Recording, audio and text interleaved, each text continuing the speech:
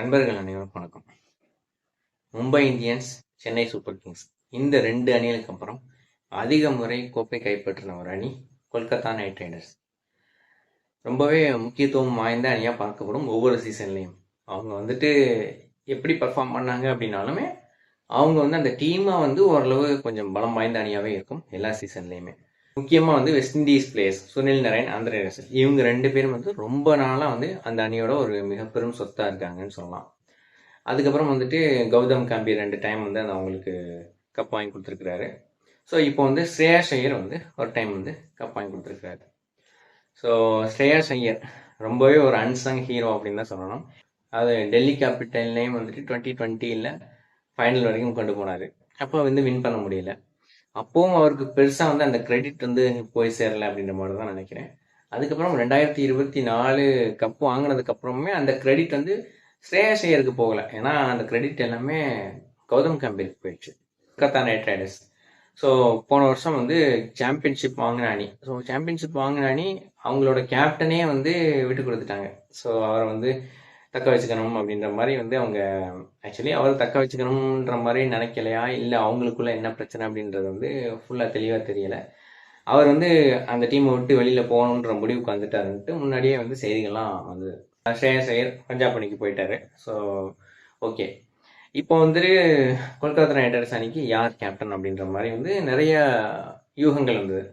So ஒரு young கேப்டனாக வெங்கடேஷ் ஐயரை போடலாம் அப்படின்ற மாதிரி ஒரு பேச்சுக்கெல்லாம் வந்தது. அதுக்கேற்ற மாதிரி வெங்கடேஷ் ஐயரும் எனக்கு கேப்டன் பொறுப்பு கொடுத்தா அதை நான் சிறப்பாக செய்ய முற்படுவேன் அப்படின்ற மாதிரி சொல்லியிருந்தாரு. ஆனால் அது ஒரு எக்ஸ்பீரியன்ஸ்டான பேட்ஸ்மேன் அங்கே இருக்காரு. அவர் தான் நம்ம அஜிங்கியா ரஹானே. இந்திய அணிக்காக ஆஸ்திரேலியாவில் போயிட்டு அந்த பார்டர் கவாஸ்கர் டிராஃபியும் வென்று கொடுத்த ஒரு பிளேயர். ஸோ அந்த மாதிரி ஒரு எக்ஸ்பீரியன்ஸ்டான ஒரு பிளேயரை வச்சுக்கிட்டு நம்ம வெங்கடேஷ் ஐயருக்கு கொடுத்தா அது நல்லா இருக்காது அப்படின்ற மாதிரி முடிவு பண்ணி அஜிங்கியா ரஹானேக்கு கேப்டன்ஷிப் கொடுத்துருக்காங்க. ஜிங்ஸ் மாவே ஒரு பெரிய ஜிமிக்ஸ் பண்ணி இந்த டைம் கொல்கத்தா நைட் ரைடர்ஸை வின் பண்ண வைப்பாரா அப்படின்றத பொறுத்து தான் பார்க்கணும். ஸோ இந்த அணி எந்த அணி ஒரு ஃபர்ஸ்ட் 11 இருக்கும் அப்படின்றத பற்றி பார்த்துருவோம். உண்மையிலே இந்த அணிக்கு கோப்பை வெல்ற அளவுக்கு தகுதி வாய்ந்த அணியா இருக்கா, அந்த அளவுக்கு ஒரு கெப்பாசிட்டி உள்ள அணியா இருக்கா, ஒரு காம்பினேஷனாக 11 பேர் போகும்போது இந்த அணி கோப்பை வெல்ற அளவுக்கு அந்த கெப்பாசிட்டி இருக்குதா அப்படின்றத ஒரு ப்ரிவியூவாக பார்த்துருவோம். ஸோ எனக்கு தெரிஞ்சு ஒரு ஃபர்ஸ்ட் ஒரு 11 எந்த அணி இருக்கும் அப்படின்ற மாதிரி நான் ஒரு கணிச்சு வச்சிருக்கேன். ஸோ ஃபாரின் பிளேயர்ஸ் 4 பிளேயர்ஸ் அது யார் யார் இருப்பாங்க? ஆந்திரே ரசல் இருப்பார், சுனில் நரேன் இருப்பார், கீப்பரில் டிகாக் இருப்பார், அவர் ஓப்பனிங் பேட்ஸ்மேனாக இருப்பார். அதுக்கப்புறம் ஆண்ட்ரிச் நோட்டிஜே ஒரு ஃபாஸ்ட் பவுலர் அவர் இருப்பார். ஏன்னா ஸ்பென்சர் ஜான்சன் இருந்தாலும் ஒரு எக்ஸ்பீரியன்ஸான ஃபாஸ்ட் பவுலர் ஆண்ட்ரிச் நோட்டிஜே. ஸோ அவரை தான் எடுப்பாங்க அப்படின்ற மாதிரி நினைக்கிறேன். ஸோ அடுத்ததாக இந்தியன் பிளேயர்ஸ்னு பார்த்தீங்கன்னா கேப்டன் அஜிங்கியா ரஹானே, அதுக்கப்புறம் ரகுவன்ஷி, ரமன்தீப் சிங், வெங்கடேஷ் ஐயர், ரிங்கு சிங், ஃபாஸ்ட் பவுலிங்கில் வைபவ் அரோரா, ஸ்பின்னரில் mystery spinner Varun Chakravarthy. So இந்த ஒரு 11 தான் ஃபஸ்ட்டு 11 இருக்கும் அப்படின்ற மாதிரி தான் நான் கருதுகிறேன். ஏன்னா இதுதான் ஒரு பர்ஃபெக்டான 11ஆகவும் இருக்கும் அப்படின்ற மாதிரி நான் நினைக்கிறேன். ஓப்பனிங்கில் சுனில் நரேன் டிகாக் இறங்குறாங்களா அப்படின்றது தெரியல. அப்படி இல்லை டிகாக் அண்டு ரஹானே இறங்குறாங்களா அப்படின்றது நம்ம முடிவாகலை.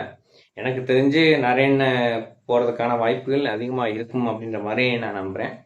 ஸோ அது போக மிடில் ஆர்டரில் பார்த்தீங்கன்னா ரகுவன்ஷி அண்ட் ரமன்தீப் சிங் இவங்க விளையாடுவாங்க. 1 டவுனில் ஒரு வேளை ரஹானே இறங்கினா 2 டவுனில் எனக்கு தெரிஞ்சு ரகுவன்ஷி இறங்குறதுக்கான வாய்ப்புகள் இருக்குது. அதுக்கப்புறம் ரமன்தீப் சிங், அதுக்கப்புறம் வெங்கடேஷ் ஐயர், அதுக்கப்புறம் ரிங்கு சிங், அதுக்கப்புறம் ரசல், இந்த மாதிரி போகிறதுக்கான வாய்ப்புகள் இருக்குது அப்படின்ற மாதிரி நினைக்கிறேன். ஏன்னா இது சிச்சுவேஷனுக்கு ஏற்ற மாதிரி மாறும். ஸோ இந்த மாதிரியான ஒரு டீம் பர்ஃபெக்டாக இருக்கும் அப்படின்ற மாதிரி நினைக்கிறேன். ஏன்னா ஃபாஸ்ட் பவுலிங்னு பார்த்தீங்கன்னா அவங்களுக்கு ஆண்ட்ரிச் நோட்டிஜே அண்டு வைபவ் அரோரா இவங்க 2 பேரும் ஃபாஸ்ட் பவுலிங் டிபார்ட்மெண்ட்டை சூப்பராக பார்த்துக்குவாங்க. அதுக்கப்புறம் ஸ்பின்னு பார்த்தீங்கன்னா சுனில் நரேன் அண்ட் வருண் சக்கரவர்த்தி இவங்க 2 பேரும் சூப்பராக பார்த்துக்குவாங்க. அப்புறம் ஸ்பின்னில் ரமதீப் சிங்கும் இருக்கார். ஃபாஸ்ட் பவுலிங் போடுறதுக்கு வெங்கடேஷ் ஐயரும் இருக்கார். அவரும் ஒரு ஆல்ரவுண்டர் தான். ஸோ இந்த ஒரு 2 ஆல்ரவுண்டர்கிட்ட 2 ஓவர் கொடுத்து டோட்டலி ஒரு 20 ஓவரை சூப்பராக போட்டுருவாங்க அப்படின்ற மாதிரி தான் நினைக்கிறேன்.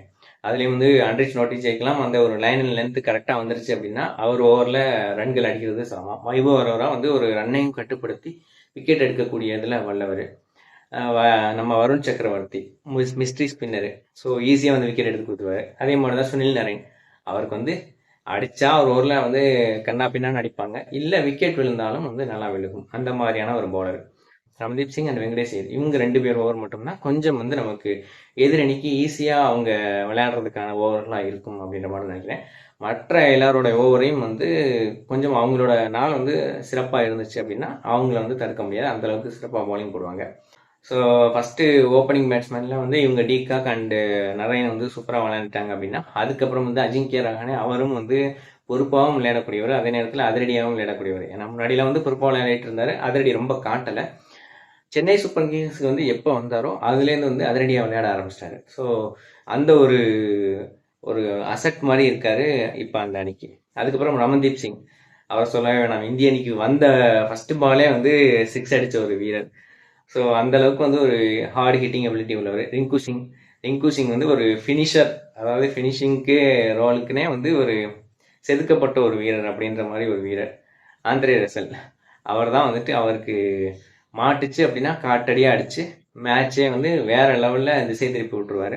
ரொம்ப தூக்குற நிலமையில இருக்கிற ஒரு மேட்சையும் வந்து ஈஸியாக ஜெயிக்கக்கூடிய அளவுக்கு மாற்றக்கூடிய ஒரு ஹார்ட் ஹிட்டிங் எபிலிட்டி உள்ளவர். ஸோ இவங்க எல்லாருக்குமே வந்து ஒரு மாட்டுச்சு அப்படின்னா இந்த அணி ரொம்பவே டேஞ்சராக இருக்கும். அதுலேயும் வெங்கடேஷ் ஐயர்லாம் வந்து மும்பை இந்தியன்ஸோட விளையாடும் போது சூப்பராக விளையாடுவார். அதே மாதிரி வந்து அவரும் வந்து ஹார்டு ஹிட்டிங் எபிலிட்டியே உள்ளவர். ஸோ இந்த மாதிரி Venkatesh Iyer hard hitting ability, Ramandeep Singh hard hitting ability, அதுக்கப்புறம் சுனில் நரேன், டிகாக், இவங்க 2 பேரும் ஓப்பனிங்கில் வந்து சூப்பராக ஆடிட்டாங்க அப்படின்னா இந்த அணி வந்து ஒரு பேட்ஸ்மேன்ஸோட பேரடைஸ் அப்படின்ற மாதிரி சொல்லலாம். அந்த மாதிரியான ஒரு அணி. பவுலிங்லேயும் வந்துட்டு கிட்டத்தட்ட ஒரு 100% ஒரு 60 to 70% வந்து பவுலிங்லேயும் வந்து சிறப்பாக செயல்படக்கூடிய ஒரு அணின்னு சொல்லலாம். சுனில் நரேனுக்கு பதிலாக மொயின் அலி, இந்த மாதிரி ஆப்ஷன்ஸும் வந்து நிறையா வச்சுருக்காங்க ஒருவேளை வந்து உங்களுக்கு காயமாயிட்டா. ஸோ மொயின் அலிலாம் வந்துட்டாருன்னா அவர் பவுலிங்லேயும் வந்து நல்லா கை கொடுப்பாரு, பேட்டிங்லேயும் வந்து அதிரடியாக ஆடக்கூடியவர். ஸோ அந்த மாதிரியான ஒரு பிளேயர். ஸோ ஒட்டுமொத்தமாக வந்து ஸ்ரேயாஸ் ஐயர் போயிட்டாலும் இந்த அணி வந்து ரொம்ப வலுவிழந்த மாதிரிலாம் தெரியலை. ஸோ இப்போவும் அந்த ஒரு பெஞ்ச் ஸ்ட்ரென்த்தோட ஒரு சூப்பராகவே இருக்கிற மாதிரி தான் அந்த டீமோட அப்பியரன்ஸை பார்க்கும்போது தெரியுது. இந்த டைம் 2025 வந்து கொல்கத்தா நைட் ரைடர்ஸ் வந்து மற்ற அணிகளுக்கெல்லாம் கடும் சவாலாக இருப்பாங்கன்றதுல எந்த ஒரு சந்தேகமும் கிடையாது. என்னதான் கேப்டன் சேஞ்சு, புது கேப்டன் அப்படின்ற மாதிரி வந்து அவங்களோட சுச்சுவேஷன் இருந்தாலும் அஜிங்கிய ரஹானே அதை சிறப்பாகவே செயல்படுத்துவார்னு நினைக்கிறேன். ஏன்னா அஜிங்கிய ரஹானே வந்து அவருக்கு மட்டும் ஒரு பிஆர் டீம் வந்து இருந்துச்சு அப்படின்னா 2021 அவர் கேப்டனாக இருந்திருக்கிறாரு இந்திய அணிக்கு. பார்டர் கவாஸ்கர் டிராஃபி அதை ஜெயிச்சு கொடுத்துருக்காரு, அது ஒரு பெரிய அச்சீவ்மெண்ட்டு. அதுக்கப்புறம் அவர் வந்து பெருசாக டீம்லேருந்து விளக்கப்பட்டுட்டாரு, அதுக்கப்புறம் பெருசாக அவருக்கு சான்சஸ் வந்து கிடைக்கல. ஸோ ஒரு பிஆர் டீம் வச்சுருந்தாரு அப்படின்னா மேபி வந்து அவரை பற்றி இன்னும் நிறைய செய்திகள் வந்திருக்கும், அவருக்கும் வந்து ஒரு இம்பார்ட்டன்ஸ் கிடச்சிருக்கும்னு நினைக்கிறேன். அதை பற்றி அவரே வந்து பேட்டியை சொல்லியிருக்காரு, நானும் பிஆரோட இம்பார்ட்டன்ஸ் வந்து இப்போ தான் புரிஞ்சுக்கிறேன் அப்படின்ற மாதிரி வந்து சொல்லியிருக்காரு. ஒட்டுமொத்தமாக அந்த பிஆர் டீம்லாம் கிடையாது, அவர் வந்து பர்ஃபார்மன்ஸ் பேசிஸ் தான். எப்படி வந்து ஸ்ரேயாஸ் ஐயருக்கு வந்து ஒரு பிஆர் டீம் கிடையாது, அவர் பர்ஃபார்மன்ஸை வச்சு அந்த அணியை ஜெயிக்க வைக்கிறாரோ அதே மாதிரி வந்துட்டு ரஹானேவும் பர்ஃபார்மன்ஸை வச்சே அந்த அணியை ஜெயிக்கக்கூடியதில் வல்லவர். ஏன்னா வந்துட்டு அதுக்கு 2021 பார்டர் கவாஸ்கர் டிராஃபி தான் பர்ஃபெக்ட் எக்ஸாம்பிள். ஏன்னா வந்து எல்லாருமே இன்எக்ஸ்பீரியன்ஸான பிளேயர்ஸு, அவங்கள வச்சு அந்த கொரோனா டைமில் சூப்பராக விளையாண்டு அந்த ஒரு சீரீஸை வந்து ஜெயிச்சு கொடுத்தாரு. கேப்டன்ஷிப்போட அந்த பொறுப்பை வந்து சிறப்பாகவே விளையாண்டாரு. ஸோ அதே மாதிரியான சிறப்பான அந்த பொறுப்பான தன்மையோட இந்த கொல்கத்தா நைட் ரைடர்ஸ் அணிக்கு அவர் விளையாண்டார் அப்படின்னா இந்த கொல்கத்தா நைட் ரைடர்ஸ் அணி 2025 அந்த ஒரு குவாலிஃபயர்லேயும் வந்து இவங்க கண்டிப்பாக வந்து ஒரு ஃபஸ்ட்டு 4 டீமில் இருக்கிறதுக்கான வாய்ப்புகள் அதிகமாகவே இருக்குது அப்படின்ற மாதிரி தான் நான் நினைக்கிறேன். ஸோ என்னோட அந்த ப்ரிவியூ பிடிச்சிருந்துச்சுன்னா இது லைக் பண்ணுங்கள், எல்லாருக்கும் ஷேர் பண்ணுங்கள், பிக் டிவி சேனலுக்கு சப்ஸ்கிரைப் பண்ணுங்கள். நன்றி, வணக்கம்.